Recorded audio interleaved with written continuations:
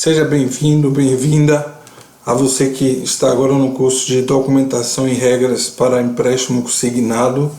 Vamos começar a nossa primeira aula e hoje nosso treinamento é sobre documentação e regras e você vai aprender de uma forma rápida, fácil e aproveitar logo seus contratos para que eles possam ser aprovados de forma rápida e eficaz.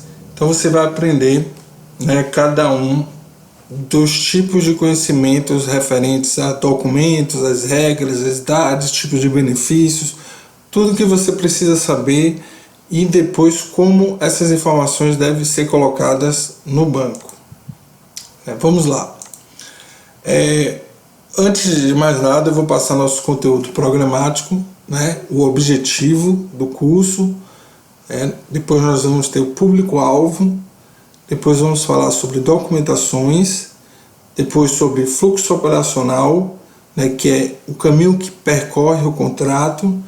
Em terceiro vamos falar de complementos, anexos, documentos, planilhas, informações das quais vocês precisam para ter mais assertividade, como checklist, por exemplo, e errar menos e evitar que os contratos tenham pendência ou sejam reprovados. Nosso objetivo é disciplinar e padronizar o processo de concessão de crédito consignado por meio da conveniada INSS e organizada pelos bancos. Então vamos mostrar quais as disciplinas criadas pelo banco e os padrões que eles criaram para respeitar a lei do INSS e também para que eles possam criar regras as quais eles possam se assegurar de que os empréstimos serão pagos e, de acordo com cada banco, eles podem colocar alguns critérios a mais, mas não podem deixar de respeitar as regras do INSS. Mas aqui a gente vai aprender qual o padrão em geral de todos os bancos e as questões peculiares e específicas de cada banco. Então vamos falar nosso primeiro assunto, público-alvo. O público-alvo são titulares de benefícios de aposentadoria. Esse é o primeiro. Pessoas que receberam aposentadoria por algum motivo, eles tiveram direito a essa aposentadoria pelo Instituto Nacional de Seguro Social, que é o INSS. E os pensionistas do regime geral de previdência social do INSS, que são as pessoas que herdaram um benefício de alguém que faleceu, como a esposa pode receber a aposentadoria do marido, e isso torna-se uma pensão e não mais uma aposentadoria. O filho menor de 21 anos de idade pode receber uma pensão também, no caso de um beneficiário aposentado do INSS que venha a falecer. São todos esses casos que contemplam essa posição, que são aceitos para empréstimo? A resposta é não. Então, quem são? É isso que nós vamos, de forma bem didática e no tempo correto, explicar cada item para vocês. Todo benefício tem uma espécie. O que é espécie? Espécie é o motivo pelo qual aquela pessoa adquiriu um benefício, seja aposentadoria ou pensão, e toda espécie leva um número. E esse número representa o tipo de espécie do benefício, seja aposentadoria ou pensão, que o beneficiário do INSS recebe. A espécie do benefício, seja ela aposentada ou pensionista, é um número que classifica o motivo pelo qual o beneficiário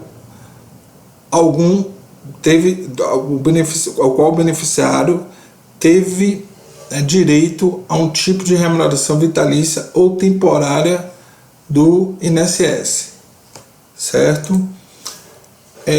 Vamos dar dois exemplos, um vitalício e o outro temporário.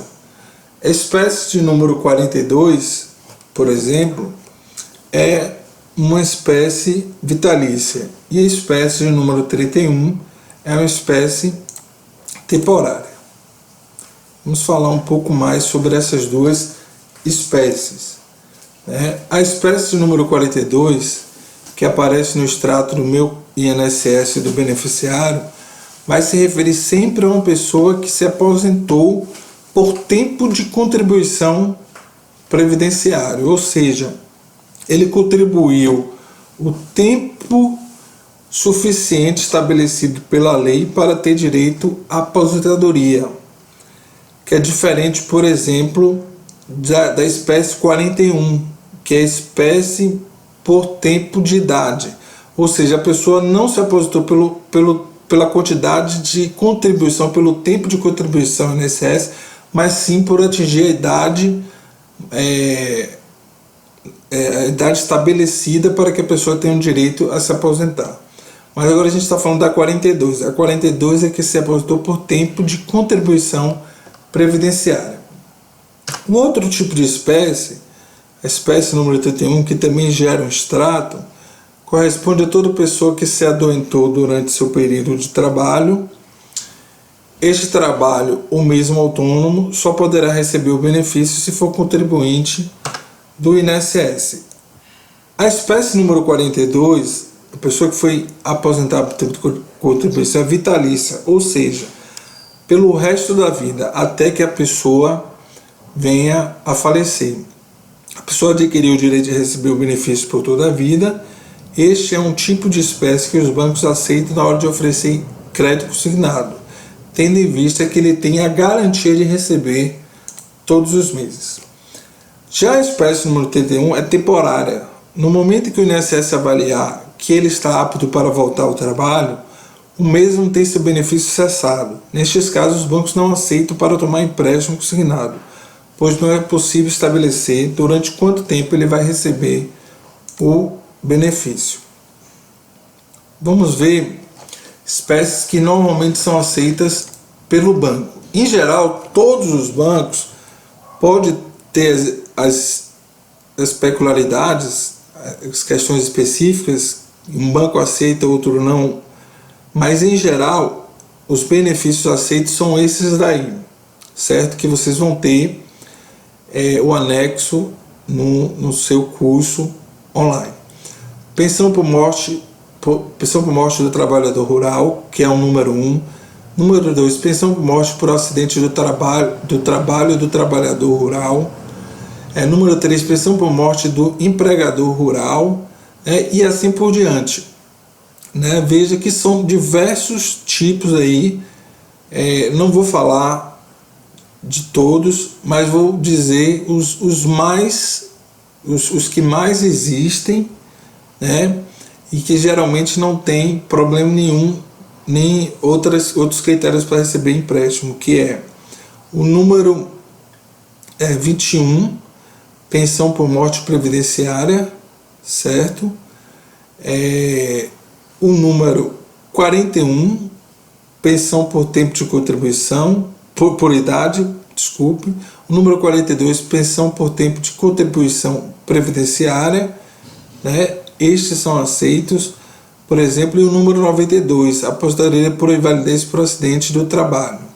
Além também do número 32, que é por invalidez previdenciária, ou seja, a pessoa não é mais capaz de exercitar um tipo de trabalho, mas os bancos, nesse caso aí da espécie 32, que nós vamos falar adiante, eles criam alguns critérios, que nem todos são passíveis e possíveis de tomar o empréstimo consignado. Vamos ver agora espécies que normalmente não são aceitas pelos bancos. Você também vai ter esse anexo no seu curso. Por exemplo, o complemento de acidente de trabalho, auxílio-doença ao trabalhador, auxílio-doença a um trabalhador normal, auxílio-acidente, auxílio invalidez de estudante, auxílio funeral, auxílio natalidade, salário maternidade, nada disso, né? Como são benefícios que normalmente pode ser extinto, tem um tempo temporário, os bancos não fazem empréstimo porque o benefício não vai durar o tempo suficiente para quitar aquele empréstimo, certo? Como é o caso, por exemplo, do número 36, aí, auxílio por acidente. Ele vai ter um auxílio durante o momento que ele sofreu um acidente de trabalho, mas no momento que ele voltar a ser apto ao trabalho, esse benefício vai ser cessado e ele voltará a trabalhar e receber pela empresa, certo? Contudo, existem regras para os casos que são aptos a empréstimos. Por exemplo, você vai aprender cada uma delas aqui de acordo com cada banco, mas antes vou lhe dar um exemplo. A espécie 32, que é o benefício dado a quem foi incapacitado de voltar a trabalhar, não é aceito por alguns bancos se ele tiver menor do que 60 anos, né? E muitos também não aceitam aqueles entre 55 e 59 anos que tem menos de 15 anos de aposentado. Se ele tem mais de 15 anos de aposentado, ele é aceito por alguns bancos. Mas em geral a espécie 32 é aceita quando ele tem acima ou igual a 60 anos. Por que isso? Devido ao necessário fazer revisão, ou seja, revisar a aposentadoria entre pessoas abaixo de 55 anos e pessoas que têm 55 anos a 59 com menos de 15 anos de benefício, ela pode, caso haja um laudo equivocado ou uma suspeita de fraude, ter seu benefício vitalício interrompido, causando assim prejuízo aos bancos que concederem empréstimo consignado a essa faixa citada acima, né, que corre o risco de revisão. Mas antes de continuar sobre as espécies e os critérios, vamos ver como é um extrato INSS tirado do site oficial Meu Extrato da Previdência Social. Você vai ver que o extrato é assim, ele vai ter o nome da pessoa, lógico que eu ocultei aí, o número do benefício, o número do CPF, a espécie, no caso desse daí, 21, pensão por morte previdenciária, a situação, se está ativo ou inativo. Se estiver inativo, ele não pode fazer empréstimo, não está valendo, ele não recebe. É pensão alimentícia, ele vai dizer se não, se sim. Possui representante legal? Não, porque alguns bancos não aceitam quando existe. Pode ser bloqueado para empréstimo, nesse caso que ele não está bloqueado. É elegível para empréstimo? Sim. Ele pega aí, no caso, a base de cálculo 1.045 que recebe, margem de empréstimo e margem para cartão que tem no momento, e ele também diz os empréstimos que a pessoa tem além do banco que recebe o benefício das pessoas. Por exemplo, essa instituição pagadora aí, Banco Bradesco, conta corrente, é o banco e a conta que ele vai receber, seu empréstimo todo mês. Abaixo tem os contratos de empréstimo.